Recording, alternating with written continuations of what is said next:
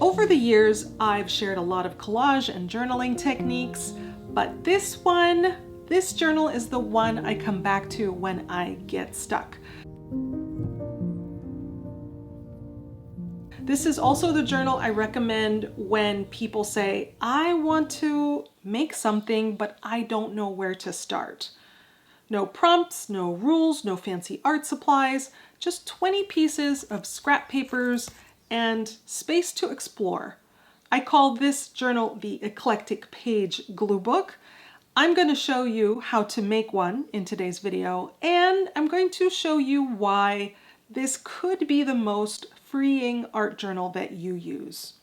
Now, before I go any further, let me show you what this is. Here on my desk, I have several eclectic-page glue books that I've done over the years, and I have a brand new one that I just made a couple of weeks ago. This one is blank inside. It starts as a collection of 20 different papers, but these are just things that I already have.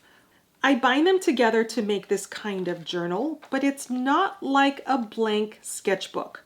Each page already has some kind of color or texture or print on it.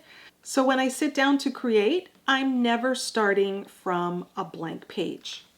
Sometimes I collage directly on top, and other times I just enjoy the paper the way it originally is.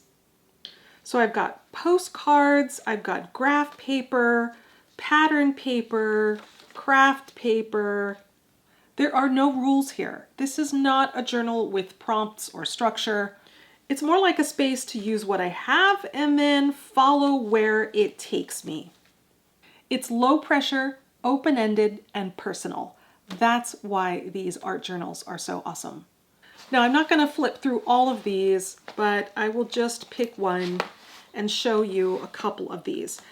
I use these for collage, and even as simple as taking 2 or 3 pieces, I think in this case I have 3, the graph paper or the ledger paper, this illustration, and a piece of pattern paper down here. 3 pieces makes this collage, right? Other times this is completely blank, or at least I kept the original image that was here. And then I just play with adding papers to make it interesting. This I just left as is. It's the back of a banknote, right? So I use these for collage, but if you wanted to use it as a sketchbook, what you would do is you would put down your pattern paper or whatever base paper you have, and then add a piece of what kind of paper that you use for sketching. Same thing with watercolor or any other kind of mixed media. I'll also show you some different methods for binding. This I am using the Zutter Bind It All. I will show you what that tool looks like as well. Maybe you might be interested in it. Or there's simpler methods just with hole punch. Let's be honest, a lot of us overthink our art. We collect materials, we watch tutorials, get inspired, and then freeze. What should I make? Is this even gonna look good? Am I doing it right? We wait for the perfect idea and then nothing gets made. That's why this art journal works so well. It breaks the cycle because it's not trying to be perfect. In fact, the more unpolished and mismatched that it is, the better it works. So yes, I've made many of these eclectic-page glue books, and I continue to come back to them. For me, they are the most freeing type of art journal that there is. But why? Why are they special? Well, I've got 6 reasons why I love these art journals. The first reason why I love this journal is because you can start now with what you have. You don't need to wait. All you need is 20 papers. What size? Roughly the size you want your journal to be. In the examples that I showed you, I have different sizes, right? They're not exactly all the same, but they're generally around postcard size, 4x6. You also don't need to wait to break a blank page. The first piece is already there. All you need to do is build on top of it. The second reason why I love this journal is because it's a low pressure journal. It's not fancy. It doesn't take a lot of planning. It's actually a very casual journal because you're not really being picky about the papers that you're choosing, which is going to be the foundation of your journal. You don't even need to work in order if you don't want to. You can start at the end or in the middle. Bounce around wherever you would like, depending on how you feel based on the page that is already there. The third reason why I love this journal is because you can use stuff that you already have, and I bet you have great stuff already. Don't forget that you can use papers that have been used once before. All you're looking for is something to have a little bit of interest in it. So even in this blank journal, I have blank graph paper, for example, or I think I have another one, yeah, just with lines. Even if you had something like notes left over from school or something, if there's writing on the page, that's totally fine because you're going to be adding things on top, the layers basically. So it doesn't matter if there's already things on there, as long as it's interesting. Say, for example, that you bought something in a shop or at a diner and they gave you one of those old ticket receipts, those old bills. That would be a perfect piece of paper that you could put in here, for example. The fourth reason why I love this journal is because when you finish a page, you have that feeling of a sense of accomplishment.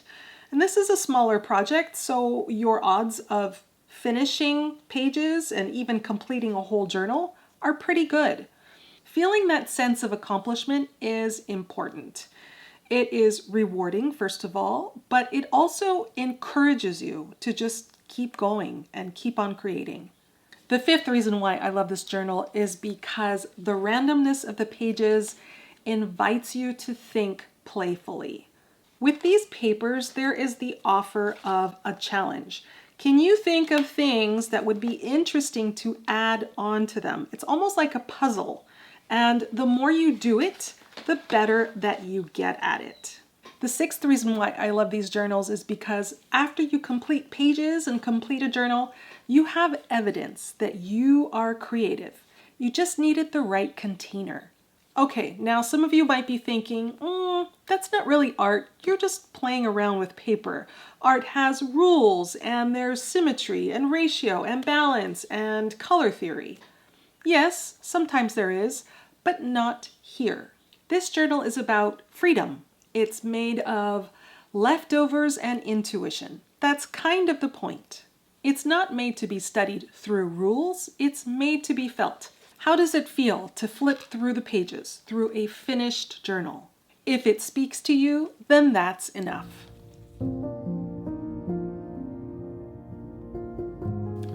Okay, now I'm going to show you how to assemble one of these journals. But before we do, if you are enjoying this, please do hit the like button so that it can spread to others who also might enjoy this kind of creative content. All right, so I have got a bunch of papers on my desk. This is some things that I've selected to use as pages on the inside. But what about the covers? Let's think about covers first. So in the past, I have used kind of heavier cardstock of whatever I happen to have lying around. These are, how do you call it? Mounting mats, the mats that go inside of a frame. Sometimes places have just like the insides where they cut out the rectangle. This is the leftover of a mounting mat. This is just very ordinary cardboard. Must have come in the mail with something. I don't remember where I got it from. Another idea is to use envelopes. Maybe you've got a bunch of random envelopes or envelopes in the size that you want them to be. And if you have something like food packaging or more pieces of cardboard that you can cut and put them into the envelope to make it sturdy, this is what I'm going to use as this journal cover. Okay, so a front and a back. And again, the envelopes don't even need to be new. They can be used. They can be secondhand, right? It makes it more interesting to have things on it. And if there's something personal like an address in the front, then you're going to cover it up with something else anyway. I'm not going to keep these this blank once I have the covers made. Eventually I will collage something, probably on the cover and maybe even on the insides as well. Okay, so those are my two covers. This is approximately what I want the journal size to be. This is 4.5 by 6.25. Okay, so again, I'm dealing with 4 by 6 postcard size. I just love this size. Now I've grabbed a bunch of papers, and as you can see, they're not the right size just yet. So if I can turn them on the side and do it this way, let's see what that looks like. Will this fit? I might have to cut this down just a tiny bit, but that will work. I'll use one of these sides as the measuring tool to see. Will this work? Yes, it could, but the orientation is the wrong way unless I want to make the journal like this. I don't think I do. I think I want the journal like this. So I can either keep the paper, turn the paper, or fold this paper in half. I think I'm going to fold this one in half too, just because it's a pretty colored paper, and I kind of like that it's small. So you see that the sizes can be all different sizes. They don't need to be exactly the same.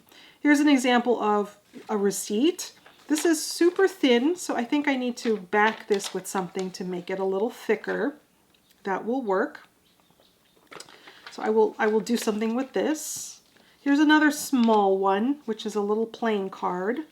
So let me start with my pages. Let me see what I have here. Okay, it's 1, 2, 3, 4, 5, 6, pretty, 7, 8, let me fold this down again too,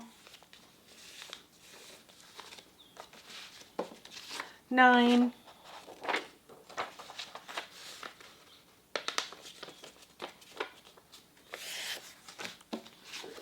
10, 11, this one I will cut, 12, 13, this is also just folded in half, 14, postcard, 15, 16, 17, 18.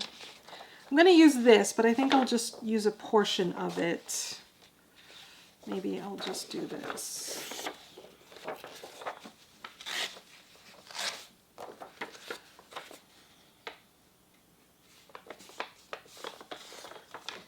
Okay, 19. Now I need one more.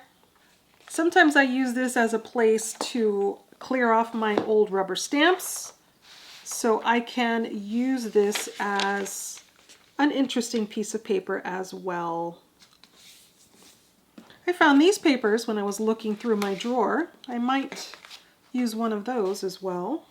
I always do try and keep it around 20 though, just to have it set with a certain number. Okay, now what about binding? What about how you are going to put these pages together? We've got a couple of options. I'm going to use a tool, a binding tool called a Zutter Bind It All. I found this tool at a garage sale and that's what I have, so that's what I'm going to use. You can also use things like a hole punch and just use rings. Here are some rings that I have used for other journals in the past and they work perfectly fine. You could also use hole punches and yarn or embroidery thread. That would work too. We're just combining a bunch of random papers, and so having something kind of rough usually works better in this type of project. Okay, so here are going to be my two covers. Yes, I'm going to glue this down in a second, but let's see. Now, the order of the pages, you just put them in whatever order that you want. Sometimes it's nice if the color schemes go together, so maybe I want to put these two pages right next to each other. So I'm just going to make sure that that looks like this. Okay, and then what else? This yellow kind of really stands out. So what would go well with this? Maybe these two go together. Yeah, they kind of do. Now, do I want maybe this like this and this like this? This blue and kind of pink purple. Maybe I can find a, oh, that's pretty. That's very nice. I like that. Okay, good. This is kind of a weird cut, or fold I should say. It's got this left over. But you know what? Maybe because it's thin anyway, maybe I'm just going to slide this in here. That looks kind of nice like that. Actually, since I like this combination, before I even lose track, let me just go ahead and glue this in here. Just like this. And then do it like this. Okay. Okay, now these two blues, I don't like the combination together, so maybe I will add this, or let's see, how does that look? No, this looks better. I'll put that in there. Or I also have this. Yeah, okay, let's do that. This one, maybe like this. These two are similar.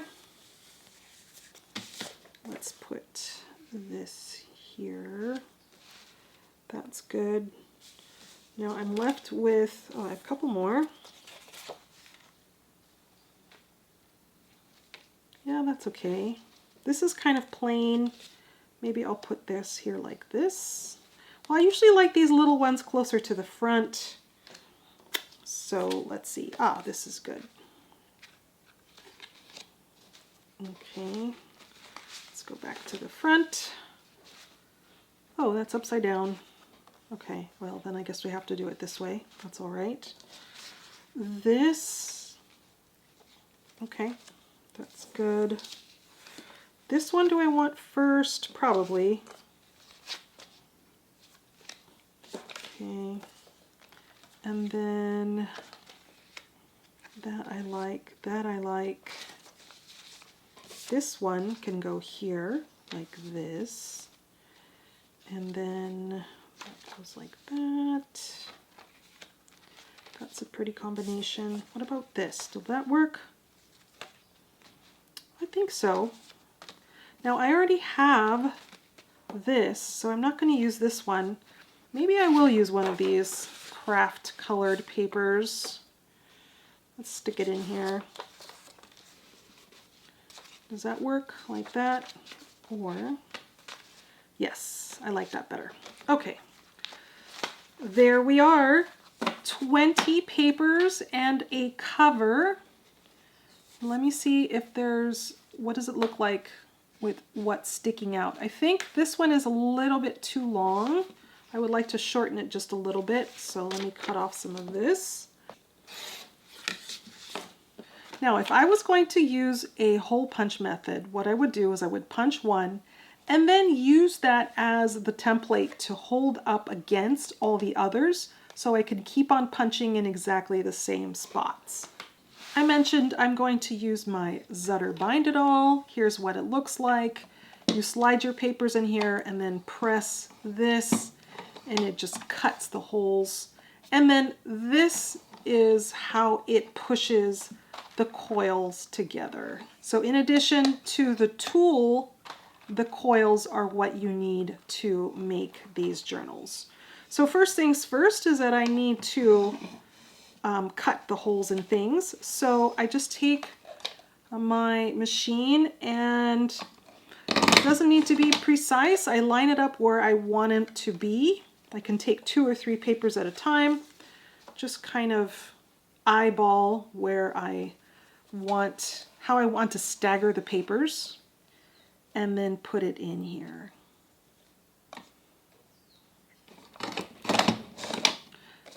Okay, so I'm just going to go do all of these. All right, so I've got my pages all punched out.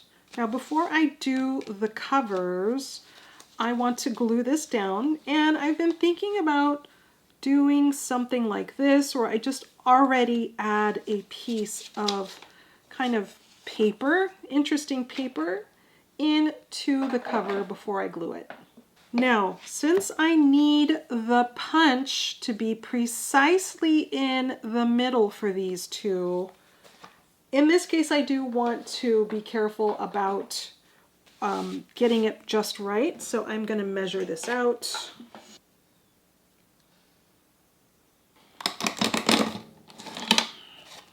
Okay. Okay, so I used my machine for the cover. I had originally wanted to put the hole over here, but I accidentally punched it in the wrong spot. Wouldn't you know it? But you know what? Now that I think about it, this as the cover is actually a good idea. So that's what I'm going to do. Cover, inside, inside, and then back, which is totally fine. I will make this work. So I have my piece of coil that I cut out. I just have wire cutters that I use to cut down the correct length. I need 6 of these teeth to go in the holes. So I have the pages in the order that I want them to be. It's going to be like this. Now, how do I bind this? So I'm going to look at one of my older books to see how I have it. Okay. This is what it looks like, and the part where it's pinched together is on the inside back cover. So I'm just going to lay this here, and I'm going to go to the inside back cover, and what it looks like is, no, this way, like this. Okay. Now, if I go like this, then I know it looks like this. And now I need to get my pages in here. So this is the very top, as this is the very top. So if I imagine that the way I put it in was to turn it over, I'm just copying exactly the way this one is. So now I'm going to go like that. And I put this in here like this. And then we'll just do them one by one, flipping them over and placing them in.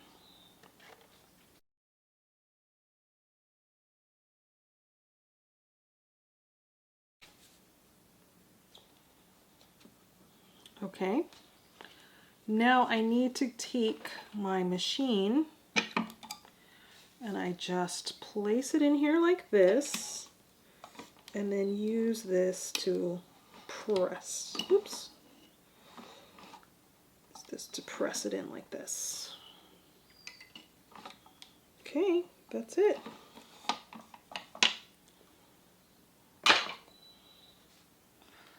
Now I can go around.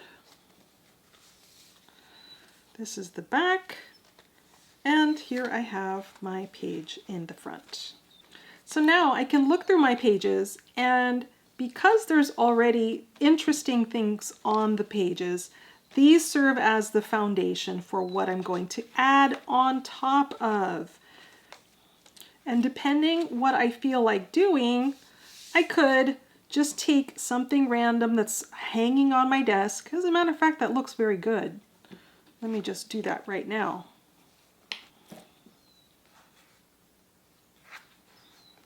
Okay. If I have leftover pieces from an older project or other projects that I've been working on, here I could just start pulling things out and, you know, playing around with ideas here. I like that this is kind of a travel theme because I have an airplane wing here.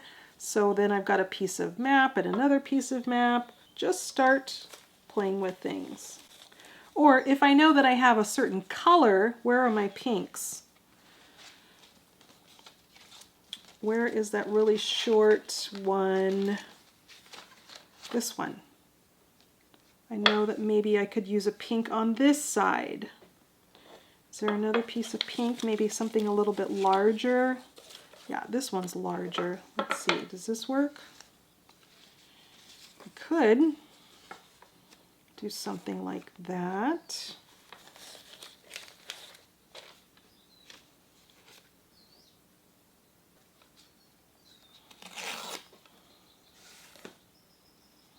I'm just going to glue these in just because they're here and I will lose track of them if I don't.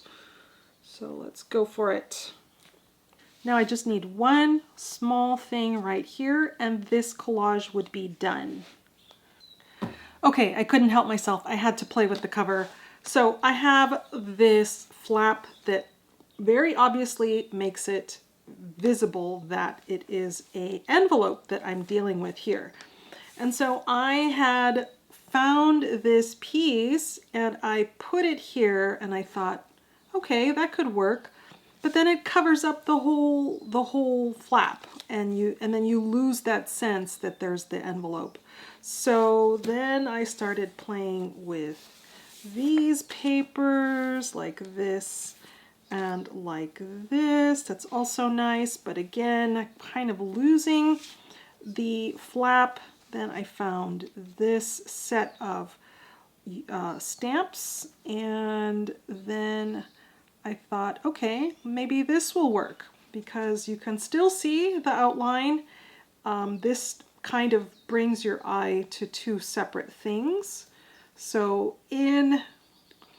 I think that's what I'm going to go with. I could do a little bit of rubber stamping down here.